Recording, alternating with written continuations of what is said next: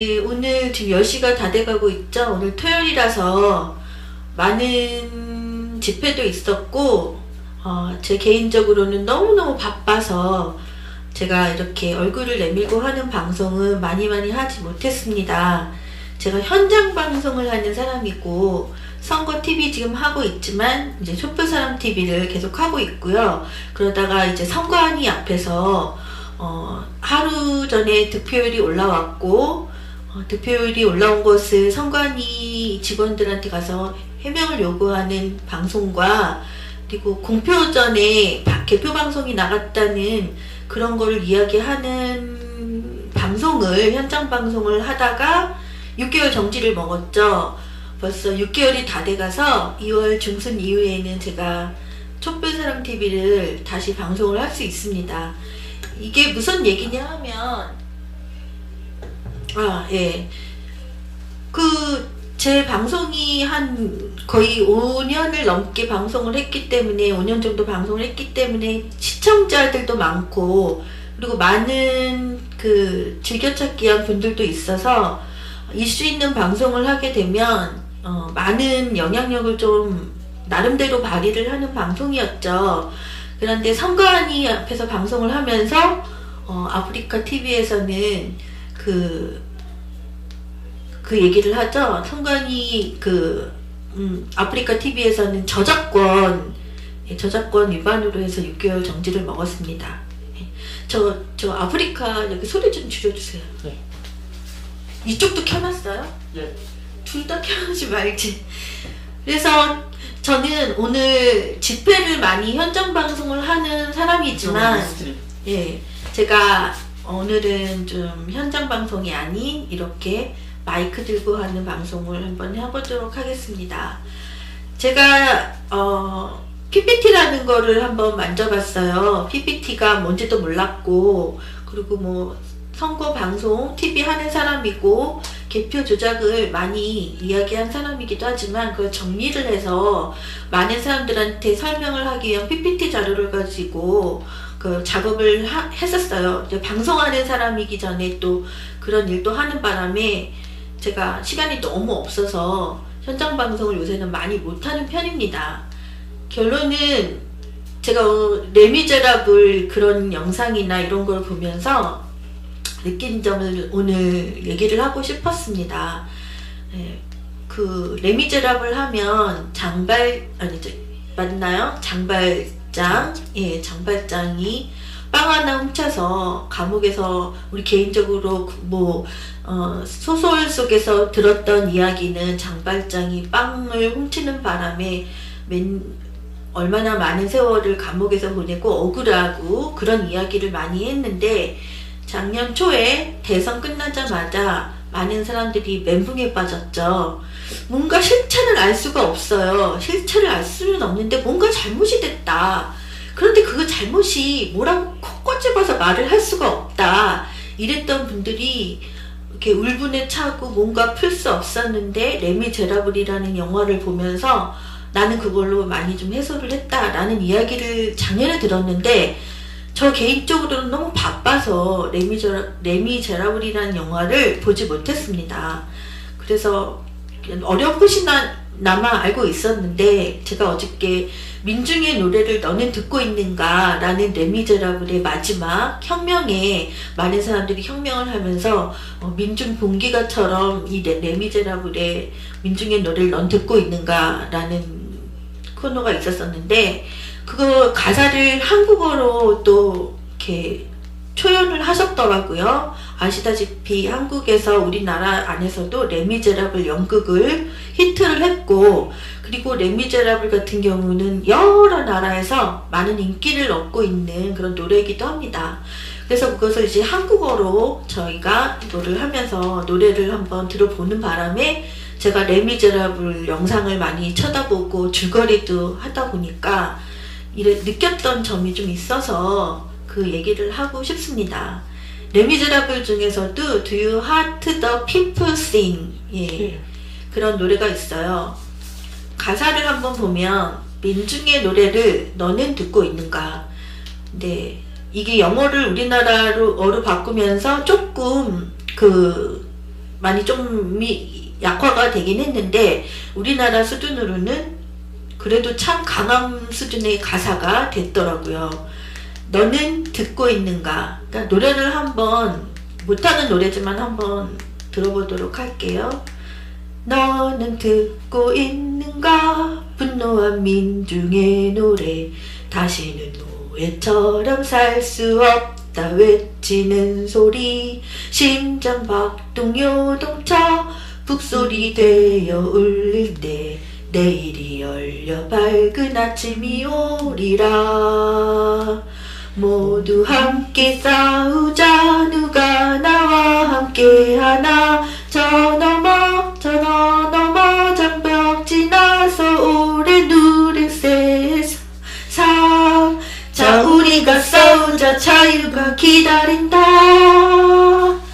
너는 듣고 있는가? 분노와 민중의 노래, 다시는 노예처럼 살 수 없다 외치는 소리, 심장 박동 요동쳐 북소리 되어 울릴 때 내일이 열려 밝은 아침이 오리라. 이 그 제가 안 부르도록 하고 직접 노래를 잘하시는 분들의 노래를 한번 듣고 다시 이야기를 하겠습니다.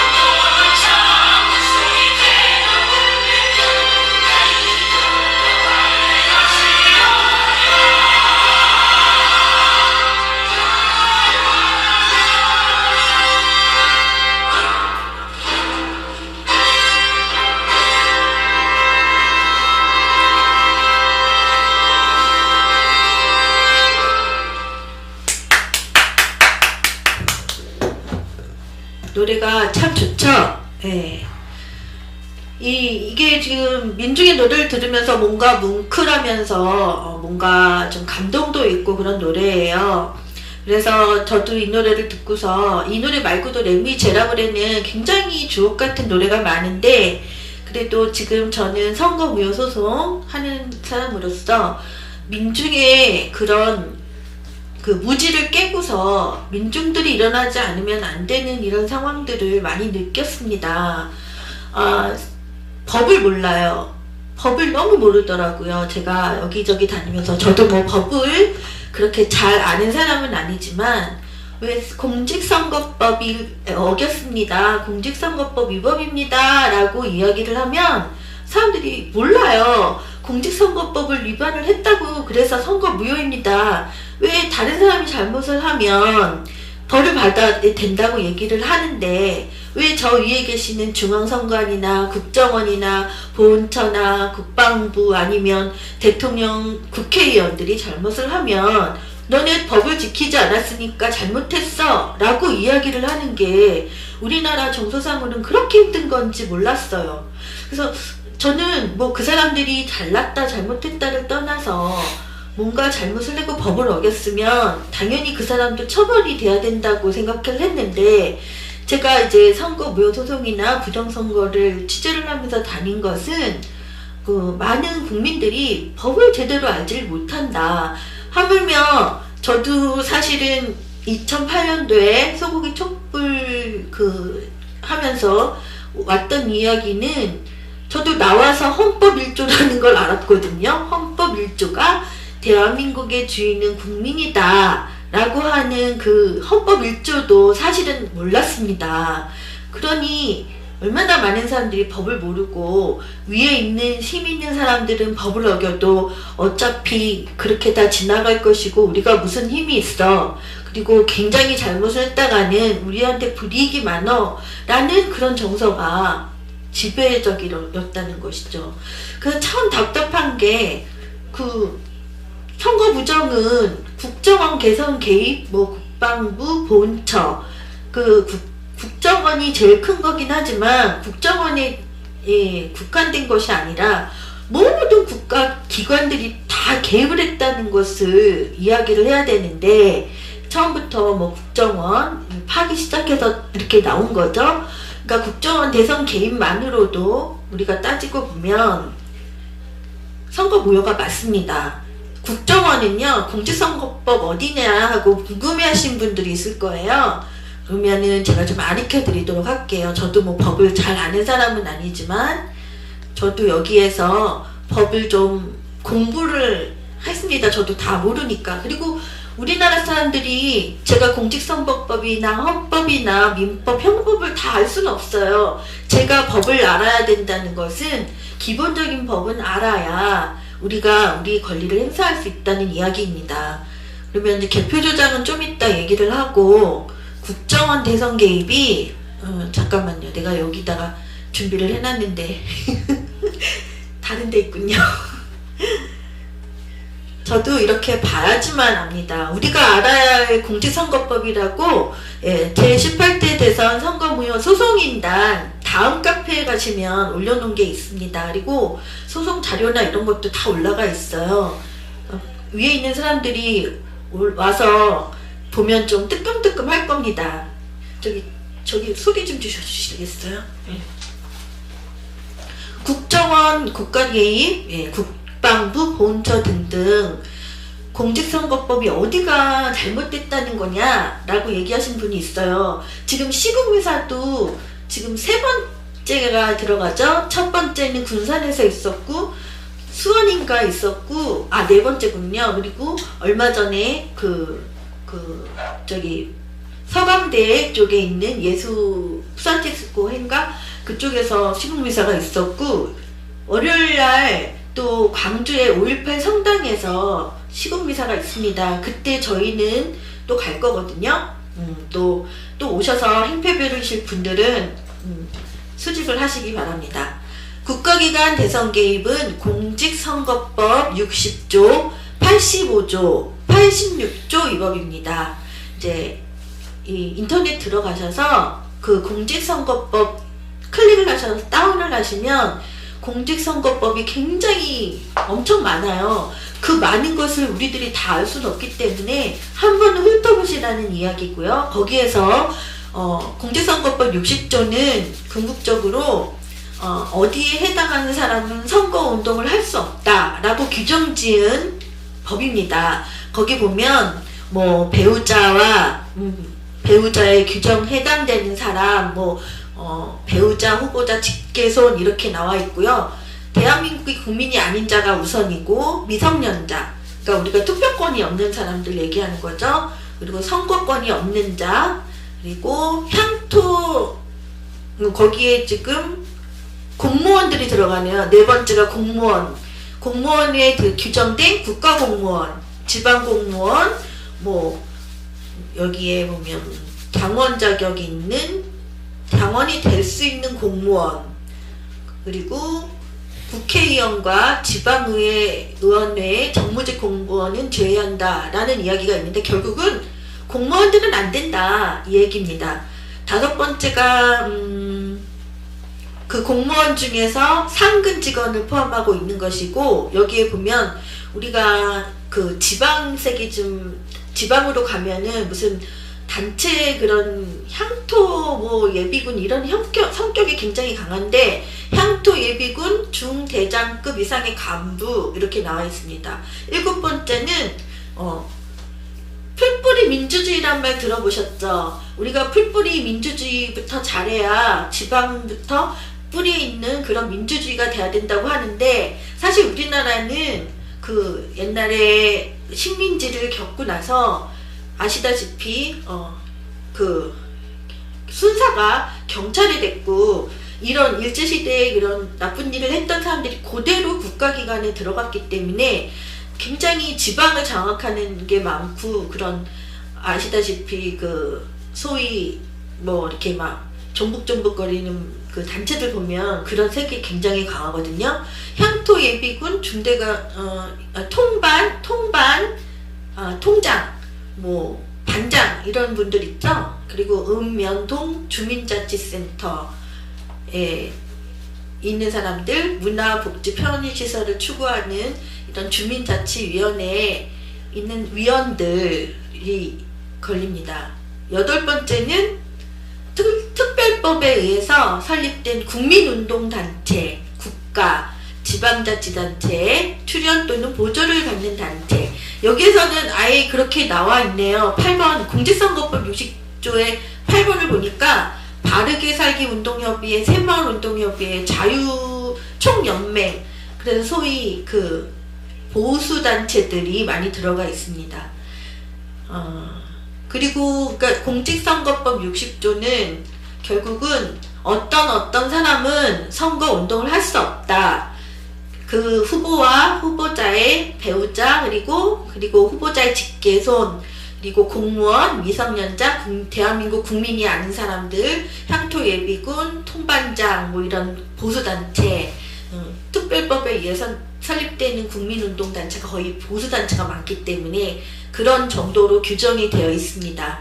그래서 국정원, 국방부, 본처 이런 사람들은 공직선거법 60조에 의해서 절대로 선거운동을 하면 안 되는 것이 없고요. 그래서 걸린다는 것입니다. 그럼 공직선거법 85조를 한번 보도록 할게요.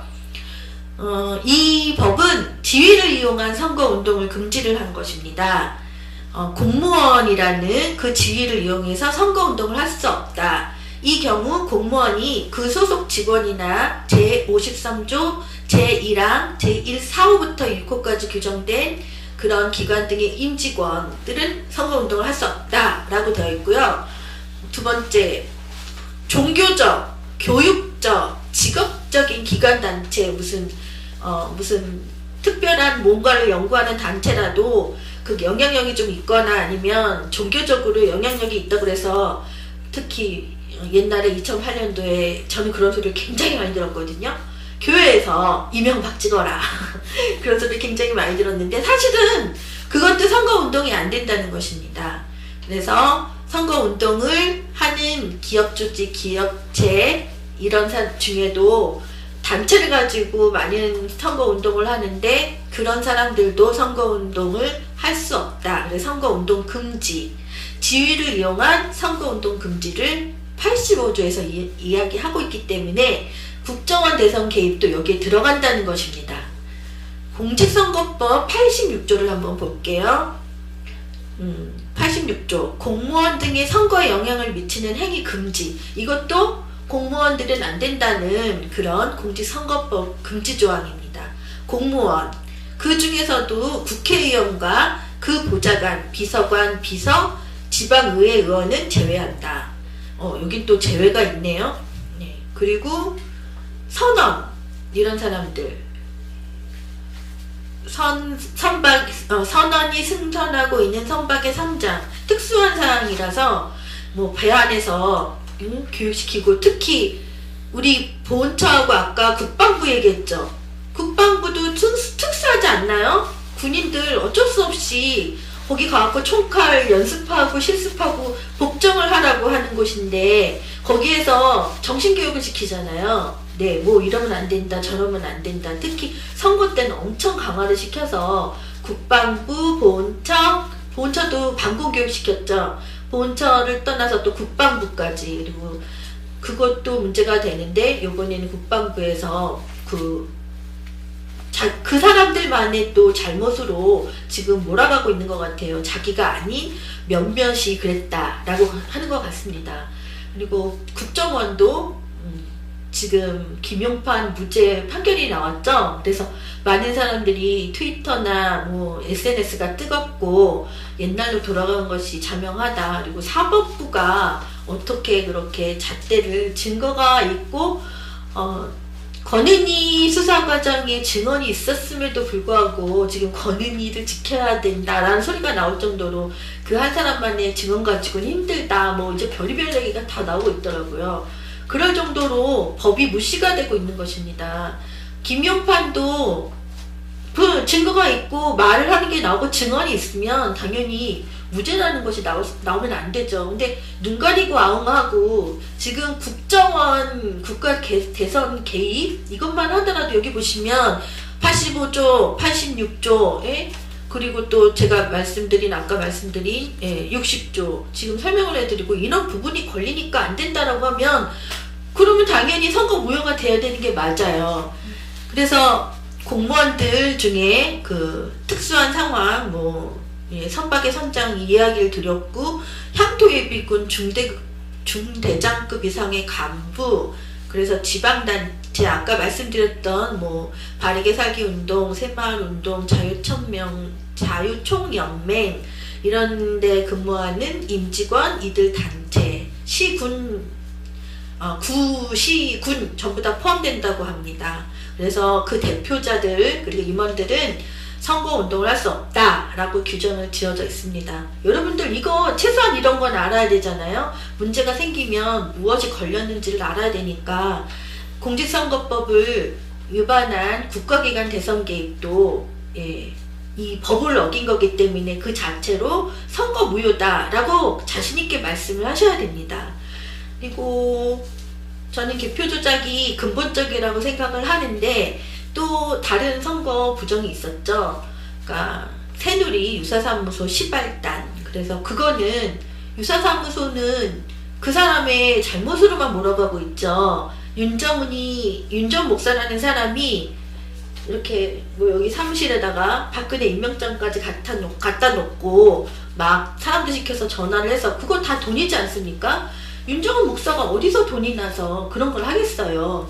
그러니까는 아무리 충성심이 강하다 하더라도 한두 푼 드는 일이 아닐 텐데 그것을 버젓이 윤정은 목사만 했을까요? 그러니까 그게 문제라는 거죠.